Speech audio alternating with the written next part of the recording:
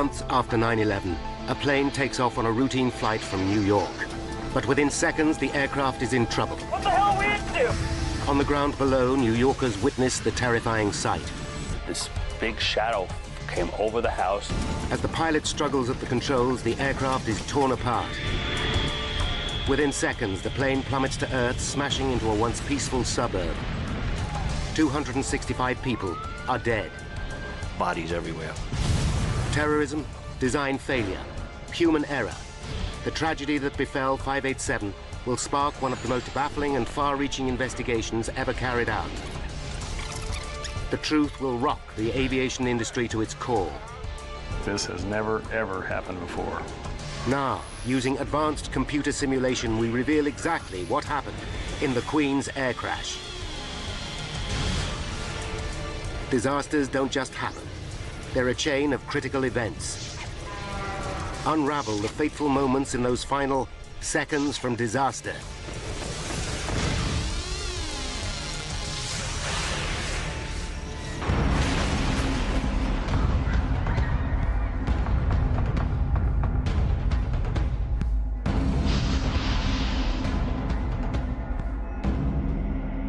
September 11th, 2001, the day America wept.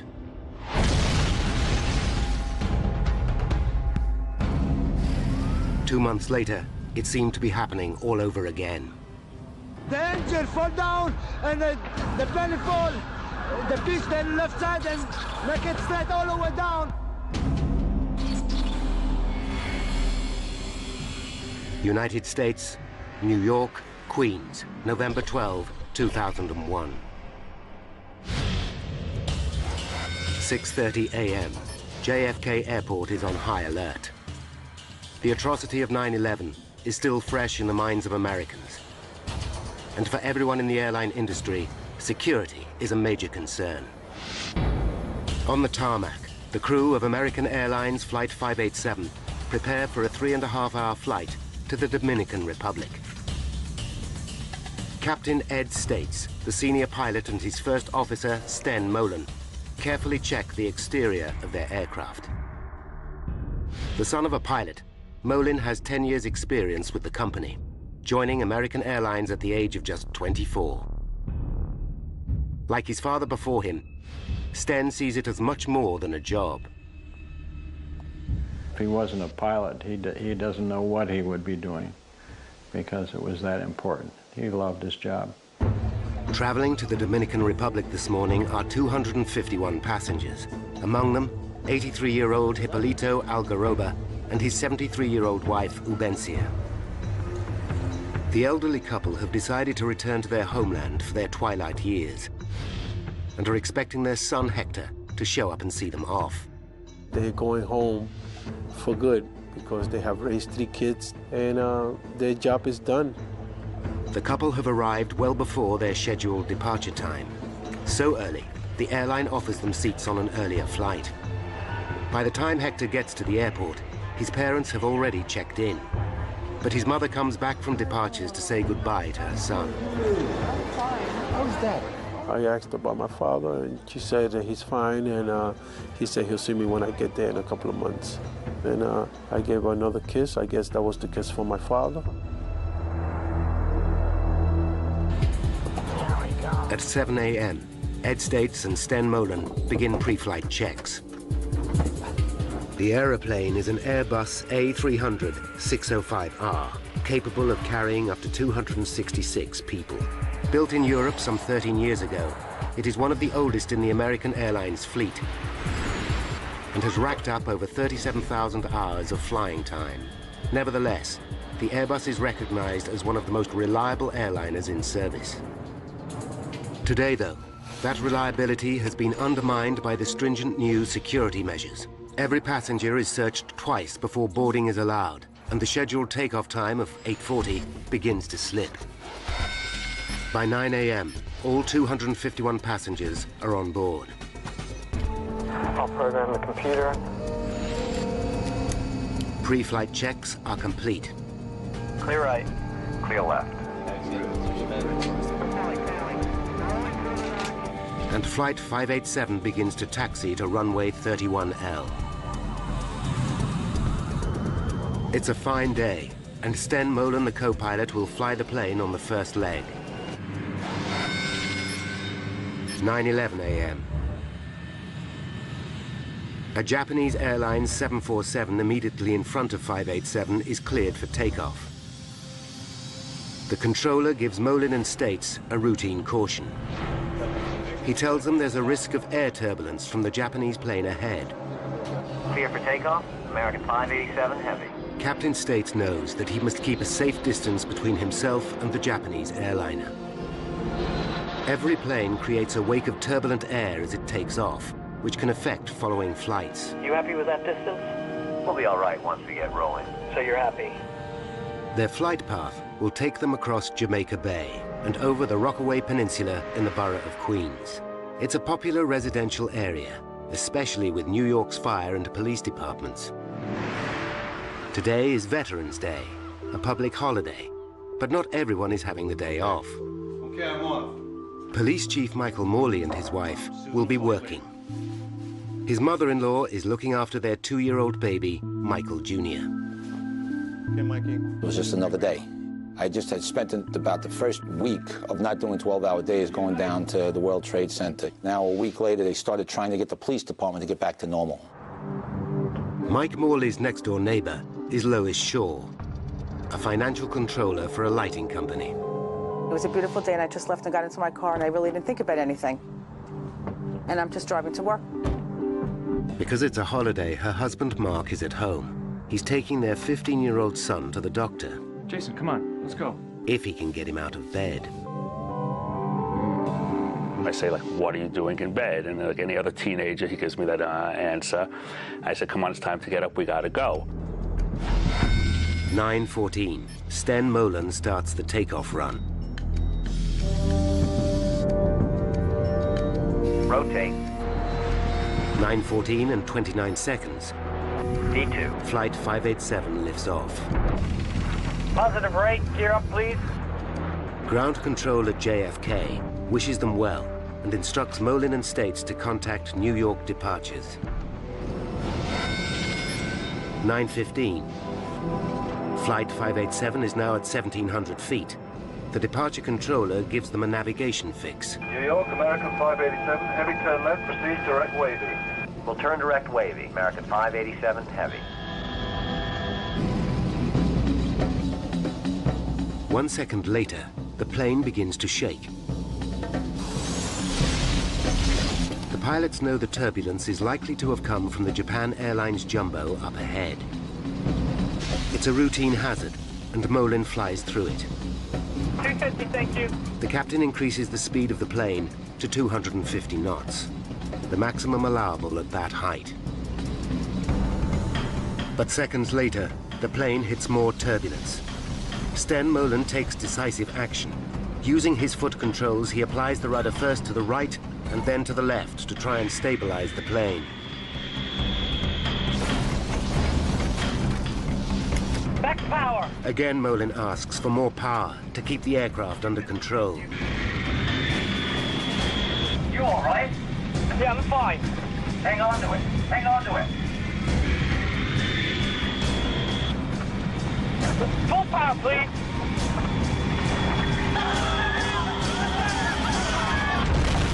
Holy! Less than 2 minutes into their journey, Flight 587 is in deep trouble.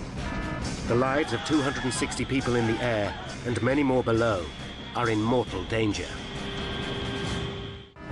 89 seconds after takeoff, Flight 587 is in trouble. In the cockpit, co-pilot Sten Molen is fighting the controls. What the hell are we into? I'm stuck in it! Get out of it! Get out of it! Far below, 53-year-old Pete Hayden, Deputy Chief of the New York Fire Department, is taking his first day off since September 11th.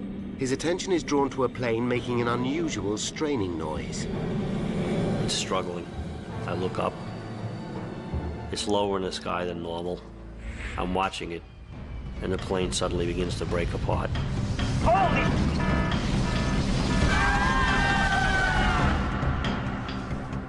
I see the back part of the plane behind the left wing break open, smoke and flames come out. As the plane spins out of control, the engines shear off.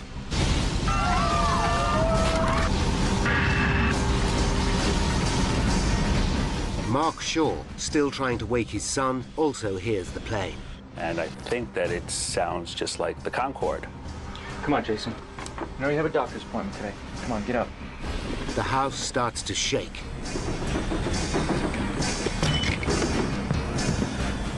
Pete Hayden watches in disbelief.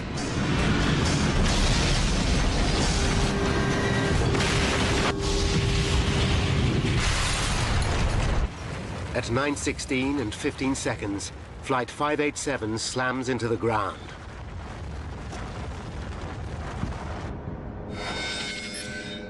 At 9:20 a.m., a pilot who has seen the crash alerts air traffic control at JFK.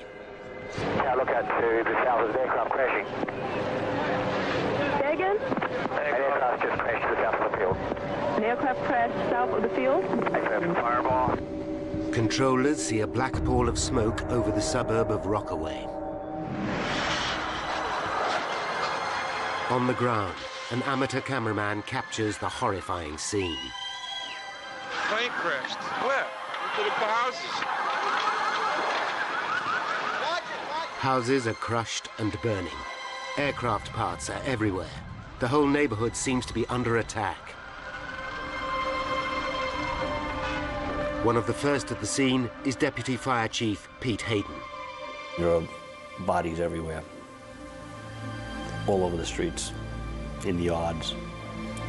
Some victims still strapped into the seats of the airplane. For Pete Hayden, the scene is all too familiar. It's 9/11 all over again. Only this time, it's his own neighborhood that has been hit. I'm wondering who it is that I know today that was killed. As the full scale of what has happened becomes apparent, residents are in a state of shock. The engine fall down and the belly fall, the piston left side and make it straight all the way down. From across New York, emergency services race to Rockaway. Among them, Inspector Michael Morley, who's horrified to hear the plane has crashed close to his own home. His first thought is for his son and his mother-in-law. I know my son is at home. I know my mother-in-law is in the house. So I'm panicking like every other father. You know, I'm thinking, oh my God, what if my kid's killed? What if, I don't know what's going on with my family. Michael Morley's next-door neighbor, Lois Shaw, is traveling to work when she gets a terrifying call from her husband, Mark. What's gone, the house? He's screaming hysterically, the house is burning down. So I just totally freak out, and I'm trying to scream, where's Jason, what's happening? But we get disconnected at this moment. Horrified, Lois heads home. News of the disaster spreads across the city. Roger, I'll have to cut you off. We are just learning from Associated Press that there has been a plane crash in Queens.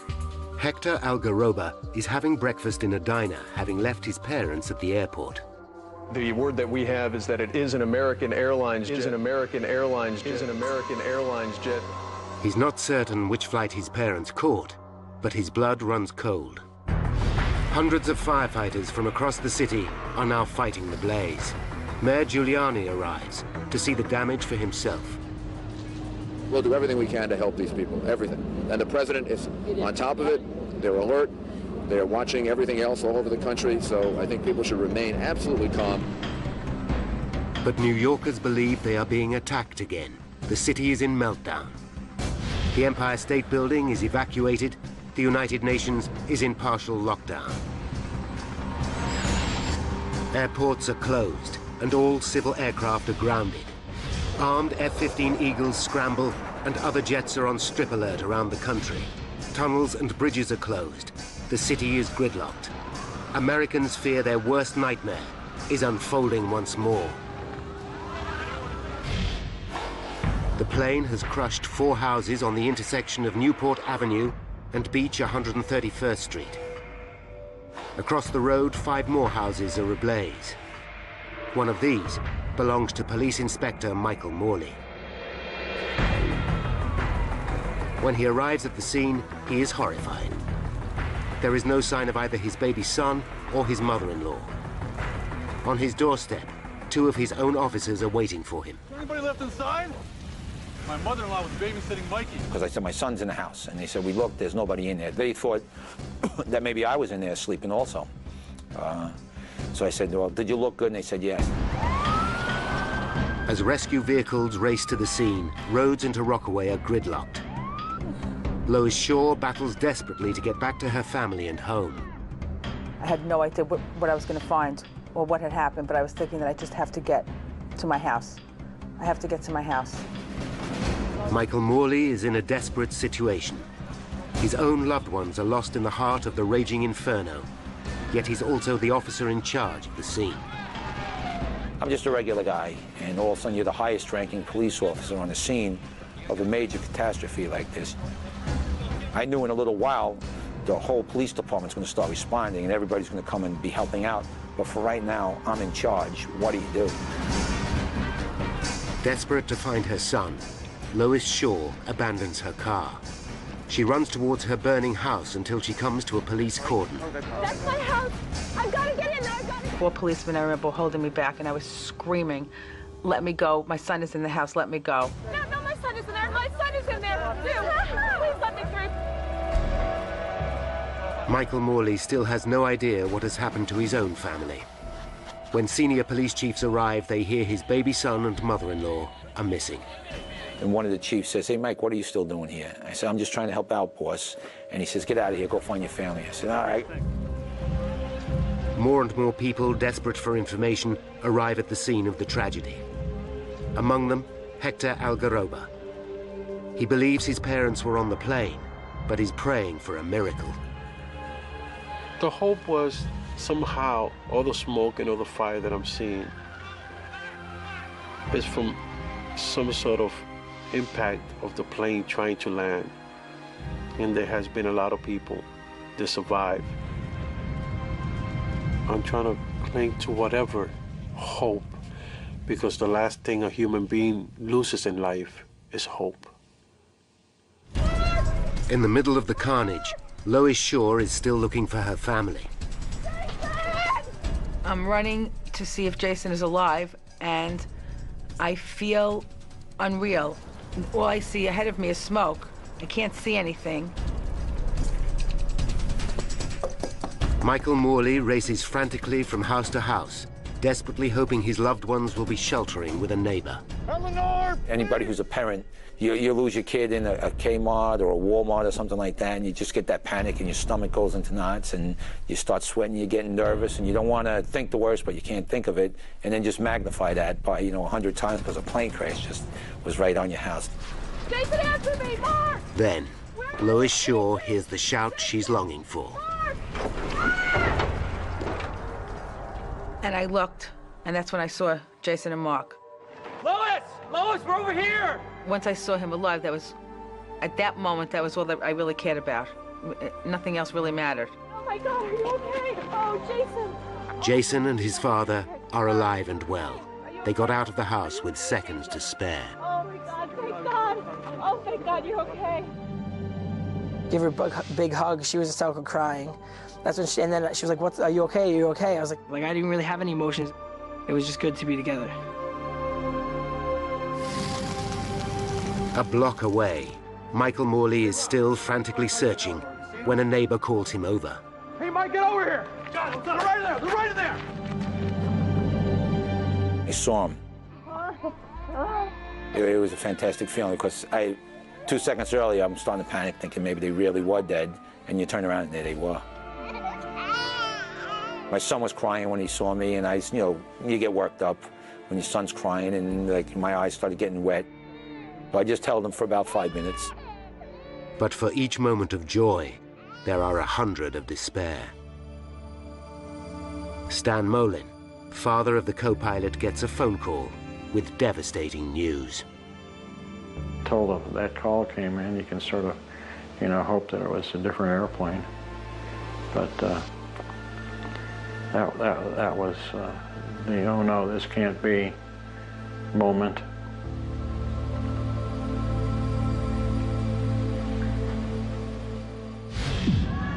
In the Dominican Republic, relatives expecting a family reunion at the Santo Domingo airport are suddenly confronted with an appalling reality. Their loved ones are dead.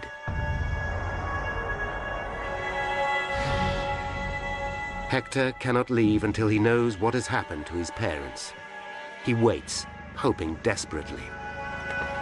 With the fire under control, the body count and identification of victims is underway. Mayor Giuliani holds a press conference. We have so far recovered 132 bodies. And as the governor said, there were 255 people and crew members that were listed on the manifest. And I want to again express my sympathy and condolences to everyone involved. After the announcement, Giuliani meets the bereaved families and personally gives Hector the news he is dreading. He hugged me and gave me his condolences by telling me that my parents were on that flight.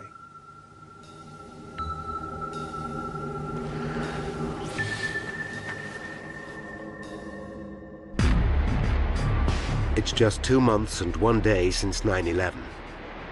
The parallels with America's worst terrorist outrage are striking. America looks to the White House for answers. At 12 p.m., White House Press Secretary Ari Fleischer makes a statement. First information is always subject to change. We have not ruled anything in, not ruled anything out. Then President Bush interrupts a meeting with Nelson Mandela to make a statement. We sent our FEMA teams over.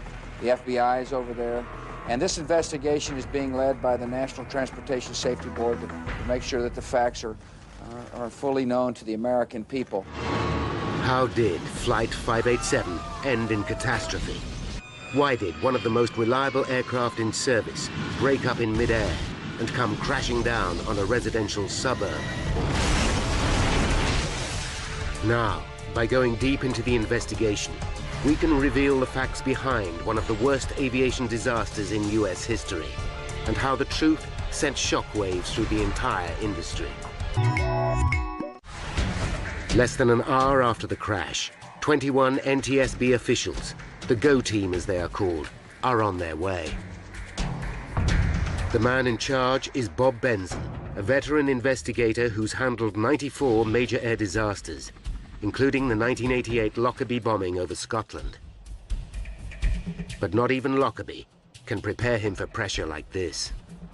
It was particularly important for us to get this one right the first time. There was no payback in changing our minds or anything like that. Benson knows that the early hours of an investigation are the most critical. His team start gathering evidence at the crash site, a dangerous, shocking, and distressing business. From a personal standpoint, I'll take deserts, I'll take cornfields, I'll take mountaintops, I'll take swamps before I'll ever investigate accidents in cities. Potentially crucial clues also come from the surrounding area and from eyewitnesses who saw the plane break up in flight. And then the whole plane shook and the tail came apart. That's all I saw, and then it, boom. Both engines landed 245 meters before the plane. One fell onto a house, the other on a service station. The location of the two engines relative to the main crash site could provide an important clue. By plotting exactly where debris has landed, investigators should be able to determine the breakup sequence. The debris is scattered everywhere. Police and army boats are called in to gather parts from Jamaica Bay. Then, Benson personally witnesses a major discovery as he drives along the coast road.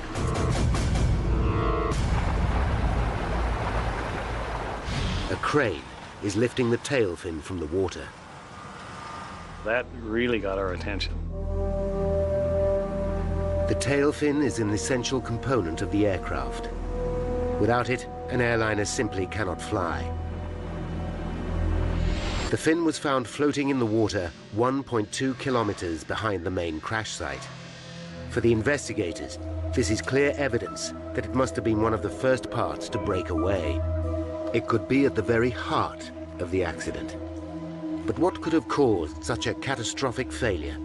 For a tail to simply fall off a plane is virtually unprecedented. Of the hundreds of eyewitnesses who saw the crash, there is no doubt this was a bomb. And I saw an explosion in the sky, and I saw the plane. It looked like one of its wings fell off. Just aiming for the ground, and I felt an impact, and then I saw smoke. Well, my neighbor was yelling, "Take cover," and I really thought, this is it, they've started bombing now. Even for a trained investigator, it's difficult not to jump to conclusions. We're not supposed to speculate at early stages of any investigation. It was very hard not to in this particular case. Hang on to it. Hang on to it. Hey, Mike, get over here! Got it. Right in there. Right in there.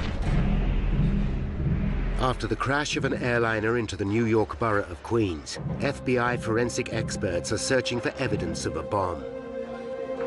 They are also hoping to find two other key pieces of evidence: the plane's black boxes. The cockpit voice recorder should have recorded everything that was said by the pilots. The flight data recorder could tell them exactly how the plane performed throughout the flight. Each of the black boxes might unlock the mystery of the crash, but lead investigator Bob Benson knows finding either of them is likely to take days. Even then, they could be badly damaged. But just hours into the search comes an amazing stroke of luck. Marion Blakey, spokeswoman for the NTSB, makes an announcement. We have recovered the cockpit voice recorder. By now, there is a frenzy of speculation over the incident. Terrorism is foremost in people's minds. But for Benson and the NTSB, the lack of any corroborating evidence to support the theory is troubling. There is no sign of suspicious activity at the airport, and no group has stepped forward to claim responsibility for the crash. They take a calculated risk and announce that even at this early stage, they believe this was not a deliberate act. It is the case that the National Transportation Safety Board is the lead agency because all information we have currently is that this is an accident. The plan backfires. Suspicious New Yorkers start to wonder if this is a cover-up. The NTSB takes steps to reassure the public. Should there be any indications of criminal activity, we will certainly make certain that the public knows as soon as we are aware of that, and the investigation would change at that point appropriately. For Benson and his team, the pressure is mounting. Finding the cockpit voice recorder is a huge step forward. With one of the black boxes and the tail fin in his possession, hopes are high they will be able to piece together the reasons behind the crash. Although the recorder is damaged, the tape is still intact and is rushed to NTSB headquarters in Washington. Away from the glare of the media, investigators start to analyze the chilling final moments of the flight. Let's go for power, please. Every word, every sound is carefully analyzed. 89 seconds into the flight comes a chilling sound on the tape. There is a loud bang. Immediately afterwards, the crew can be heard struggling with the controls. You all right? Yeah, I'm fine. Hang on to it. Hang on to it. Could this bang be the sound of an explosion? Perhaps there was a bomb after all. With the second black box, the flight data recorder still missing in the smoking wreckage, Benson knows that the truth will be hard to find. Without that, it makes telling the story more speculative and more difficult. For 2 days, investigators hunt through mountains of debris for the vital recorder. But instead of where they are looking, the next lead comes from 3 kilometers away. A pair of security cameras on the Triborough Bridge have captured the last moments of the aircraft.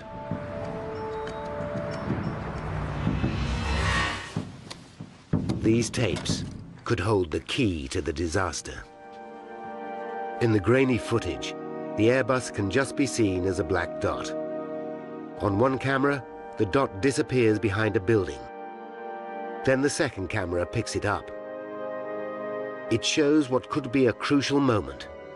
A faint white streak just visible, trailing behind the aircraft.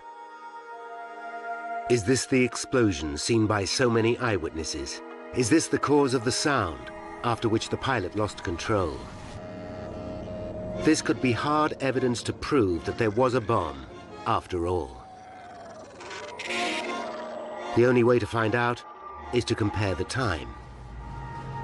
If the white streak happened at the same time as the bang captured by the voice recorder, the two are likely to be the same event. Investigators visit the site of the toll booth cameras. Using buildings as reference points, they work out exactly where and when the streak occurred. The results back up their theory that this was not a bomb. We can see that the streak began 8 seconds after the initiating accident sequence. The calculations show the streak occurred after the bang on the recorder. The flash is probably fuel escaping as the plane breaks up. This can't be the start of the accident, although it could be the reason so many people thought they saw an explosion.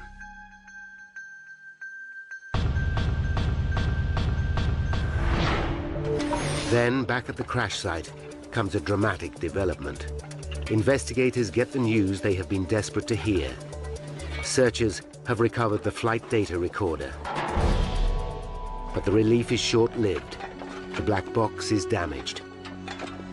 The NTSB send it back to the manufacturers to see what, if anything, can be retrieved.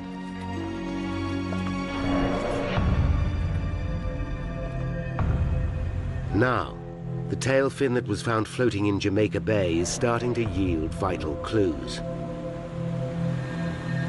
The first thing investigators notice is that the fin is built from a high-tech material called reinforced carbon fiber composite. Often used in racing cars and sports equipment, composites consist of layers of carbon fibers bound tightly together with resin. The A300-600 was one of the earliest civil aircraft to feature this high-strength material, and it's used in many areas of the plane. But when investigators look closely, immediately alarm bells begin to ring. There are 6 main attaching points connecting the tail to the fuselage. All 6 have given way. There has never been a plane crash caused by a composite failure, but Benson can rule nothing out. You have to imagine a force large enough to break 6 attaching points made out of one of the strongest materials in the world. 6 of these holding the vertical stabilizer on, and all of them broke. So the forces had to be just tremendous. The detail of the failure is what worries the team. Plans show how each of the 6 attaching points has 2 lugs. One made from aluminium, the other from composites, connected by a titanium bolt. The damage shows that the metal lugs and the bolts remained intact, but the composite lugs all gave way. Benson has to consider the appalling prospect that the composite material itself may be faulty. With 240 similar planes still in service and thousands more using similar technology, it would have huge implications throughout the aviation industry. If there's something that the composite creators or designers missed 25 years ago, it's now just starting to rear its ugly head. That's bad news for a lot of airplanes that are already flying. Proving that the carbon fiber is to blame will need hard physical evidence. Benson urgently dispatches the stabilizer to specialist labs at NASA to see if they can detect any weakness. Using scanning electron microscopes, experts check over 3,000 square centimeters of surface, magnifying the material by up to 5,000 times as they search for any imperfection. It's a painstakingly slow process, and the pressure is building on Benzon and his team all the time. It keeps you awake at night. You've got a lot riding on these things, and the eyes of the world initially, and then later on, the eyes at least of the aviation industry are on us. The pressure is also growing on Airbus. Is the design of their aircraft at fault? Has there been an error during assembly? They scrutinize every lug, bolt, and fitting on the tail, including the vertical stabilizer, as it is called. After hundreds of hours of work studying Airbus's design and construction methods, NASA and NTSB scientists finally give the plane a clean bill of health. They can find nothing wrong with the aircraft or the materials used to build it. While the news is welcome, it only serves to deepen the mystery. Although we were relieved in that aspect, we knew we had a long row ahead of us because we still had no idea why the vertical stabilizer really came off. Then, just as the investigation seems to have stalled, comes a vital turning point. Information from the damaged flight data recorder has at last been retrieved. I was very, very relieved. But no one is prepared for the startling picture that the flight data recorder will give. The focus of the entire investigation suddenly shifts from the machine to the man flying it, co-pilot Sten Molen. 83 seconds after takeoff, the recorder shows that Molen applied 5 extreme movements of the rudder, causing the plane to lurch violently from side to side. The plane slips sideways to its direction of travel, first one way and then the other. I've looked at a lot of flight data readouts in my time. I've never, ever seen that particular type of activity occur. They realize that traveling at nearly 470 kilometers per hour, the aerodynamic stresses on the 130-ton Airbus would have been extraordinary. They were virtually unprecedented to us. We were amazed. It seems as though on the 5th movement of the rudder, the entire tail fin broke off. The implication is extraordinary. Simply by manipulating the controls, the pilot broke the aircraft.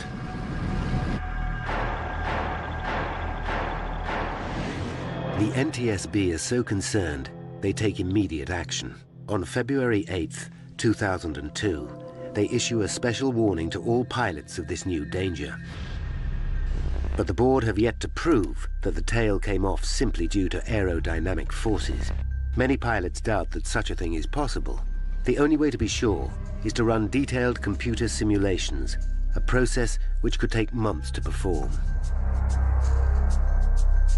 If the theory is right, then the idea that a terrorist plot must be behind the tragedy can finally be laid to rest. Benzon now faces a new and disturbing mystery. Why did the pilot act in this way? Investigators believe they are close to uncovering the cause of the tragic crash of Flight 587. The flight data recorder shows that the co-pilot, Sten Molen, applied 5 rapid inputs to the aircraft's rudder pedals, which could have overstressed the tail fin, causing it to break off completely.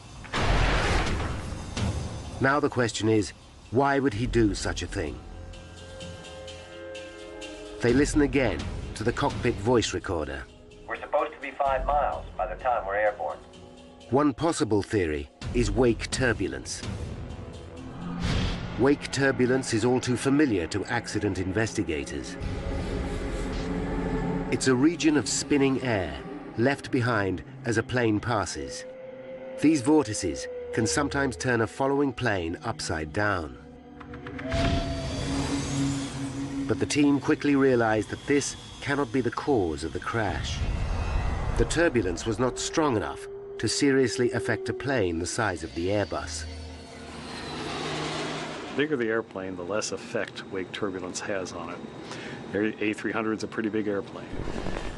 Then comes evidence which changes everything. The investigation team interview Molen's friends and colleagues, and they discover a vital piece of information. A pilot and former colleague recalls an earlier trip with Molen. During an encounter with turbulence, he used the rudder aggressively, even though there was no apparent risk to the plane. The evidence is conclusive. Molen had reacted in the same way before.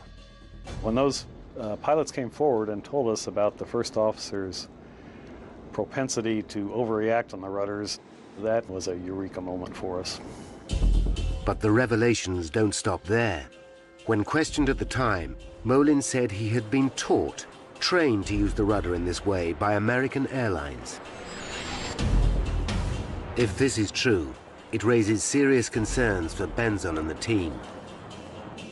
One would assume that if many pilots go through the same training program with some flaws in it, then a lot of pilots have wrong ideas about how to fly an airplane. With 712 planes in service with American Airlines, Benzon must quickly establish where the truth lies. The airline confirms one of their programs does indeed teach pilots to use the rudder to recover from unusual situations, as seen in this training video. And if you don't put that rudder in, what's going to happen? When you get to this portion of the roll, she's going to slice out just like that. Next, Benzon looks at the other tools used to train the pilots, particularly the high-tech flight simulators. Here, pilots are taught to react to a range of emergencies, including wake turbulence. In one of those scenarios, Benzon discovers that the pilots learned to use the rudder very aggressively. The flight simulator program had even been altered to encourage the use of the rudder, particularly when the plane was banking to the right or the left. Airbus themselves had already written to the airline saying this practice was a cause for concern. The classroom work told pilots that it was permissible to use the rudder to escape from unusual attitude situations. And perhaps more importantly, in the simulator, they were taught to use the rudder very, very aggressively to recover from unusual attitudes. The finding causes controversy. At a public hearing, American Airlines claimed that Airbus had not explained there were limits to the use of the rudder. I didn't know you couldn't do that. You couldn't do what? Be aggressive with the controls. The airline also claims that the rudder system on the aircraft was very sensitive, and that pilots might not be aware how much rudder they were really applying. The NTSB investigate and discover the rudder control system is highly sensitive. What's more, the controls of the plane become more sensitive as the plane increases speed. On the ground, the rudder pedal has to be depressed by 10 centimeters to get maximum deflection. But when flying at high speed, that distance reduces to just 4 centimeters. NTSB officials are shocked to find that this system is not explained in training manuals. There was an apparent gap between what the manufacturers knew about the rudder sensitivity of the airplane and what was filtering down to the folks that actually flew them. Then finally come the results from the analysis of Molen's 5 rudder inputs. They confirm what nobody really wants to believe, that it's indeed possible to tear the tail fin from an aircraft in flight by stamping violently on the foot pedals. Now Benzon and the team can see exactly what happened to Flight 587. Step by step, they have pieced together the key events that led to the tragedy. 5 minutes to disaster. Flight 587 awaits clearance for takeoff. Taxi in position and hold. As a Japanese 747 airliner takes off. 30 seconds later, Flight 587 is given a warning of wake turbulence. The land wind 260 at 1/4 portion of turbulence. 2 minutes to disaster, Flight 587 takes off. Positive rate, gear up, please.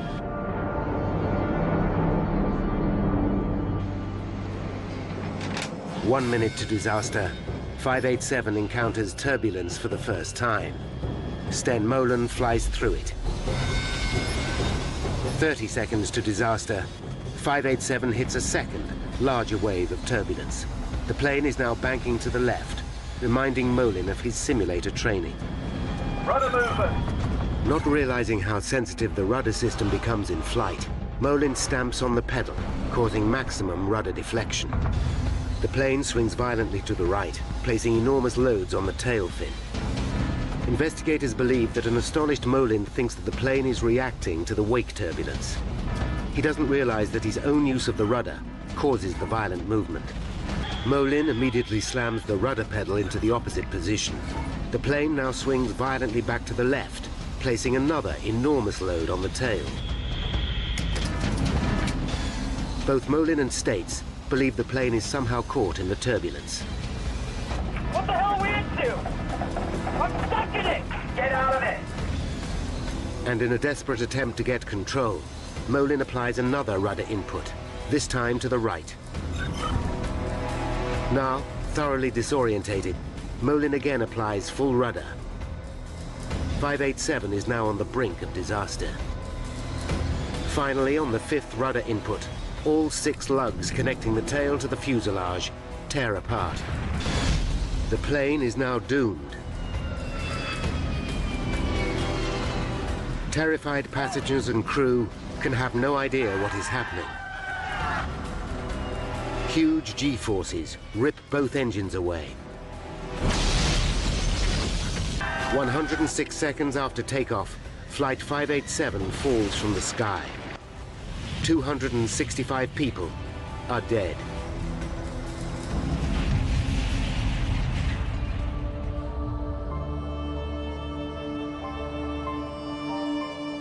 Important lessons have been learned from the tragedy. Airbus have issued a bulletin reminding pilots how to use the rudder, and American Airlines have modified their training program. Together with the NTSB, the aviation industry has moved to ensure that such a terrible accident will never happen again.